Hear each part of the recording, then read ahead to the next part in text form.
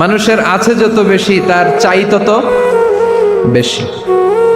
শেখ সাদি রহিমাহুল্লাহ, ইরানের বিখ্যাত কবি, বালাগাল উলা বিকামালিহি কাশাফাত দুজা বিজামালিহি, এই কবিতা লিখে বিখ্যাত হয়েছিলেন। তো ওনার একটা সময় আর্থিক দৈন্যতা যাচ্ছিল, টাকা পয়সা ছিল না, ফলে পায়ে দেওয়ার মতো জুতা ছিল না। কি ছিল না?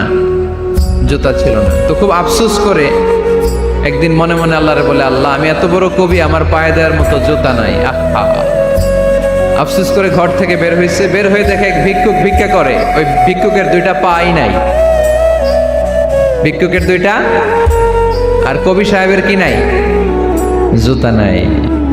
কবি সাহেব যখন এই দৃশ্য দেখছে, হায় রে, আমার তো পা আছে, এর তো পাই নাই, সেজদায় পড়ে গেল আর আল্লাহরে বলে, আল্লাহ শুকর আলহামদুলিল্লাহ, বেশ ভালো আছি, আর কিছু লাগবে না। এজন্য শান্তি হচ্ছে শুকর আলহামদুলিল্লাহর ভিতরে। শান্তি কিসের ভিতরে?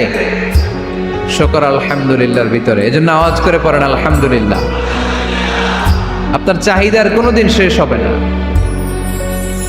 দেখবেন যার পা নাই, সে পা দেখে আফসোস করে, ইস, লোকটা হেঁটে যায়, কি সুন্দর যায়, আমি তো হাঁটতে পারি না, যদি হাঁটতে পারতাম, যদি দুইটা পা থাকতো।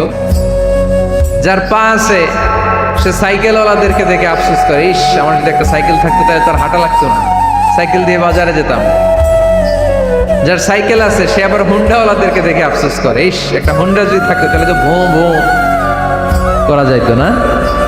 হুন্ডাওয়ালারও আফসোস আছে প্রাইভেট কারওয়ালাদের দেখে, তারা আফসোস করে, ইস, আমার যদি একটা কার থাকতো তাহলে তো কার চালাইতে পারতো।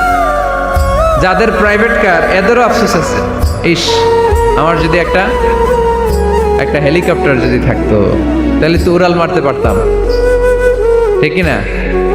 হেলিকপ্টারওয়ালাদেরও আফসোস আছে, আমার যদি একটা জেট প্লেন থাকতো, jet plane, private jet plane, prince Walid bin তালালের মতো 70% মেড অফ গোল্ড, তার একটা জেট প্লেন আছে, এটার 70% স্বর্ণ দিয়ে বানানো। তার মানে চাওয়ার কোনো শেষ আছে? নাই। সুখ শান্তি যদি চান, অলওয়েজ পড়বেন আলহামদুলিল্লাহ। কে পড়বেন?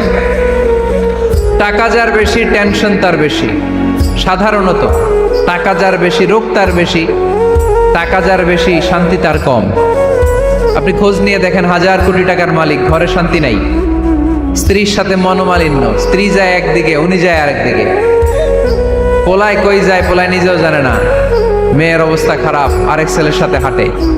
তো এই হচ্ছে এদের লাইফস্টাইল। সবাই না, আল্লাহওয়ালা যারা, তারা ভিন্ন। রাতে এদের ঘুম হয় না, অনেকগুলো ঘুমের ট্যাবলেট খেয়ে ঘুমাতে হয়, ঘুম আসে না, ঘুম আসে না। কিন্তু রিক্সাওয়ালা, কুলিওয়ালা, দিনমজুর, এদের রোগ বালাই আছে? কথা বলেন। খাওয়ার সমস্যা আছে, ঘুমের সমস্যা আছে, শুইলেই ঘুম আসে, যেখানে রাইত ওইখানেই কাইত। ঘুমাইতে দেরি, নাক ডাকতে দেরি হয় না, ওর নাকের ডাকের আওয়াজে ট্রাকের ইঞ্জিনও ফেল। শান্তির ঘুম। এই জন্য সবসময় শান্তি খুঁজতে হবে। কি খুঁজবো? শান্তি দেওয়ার মালিককে।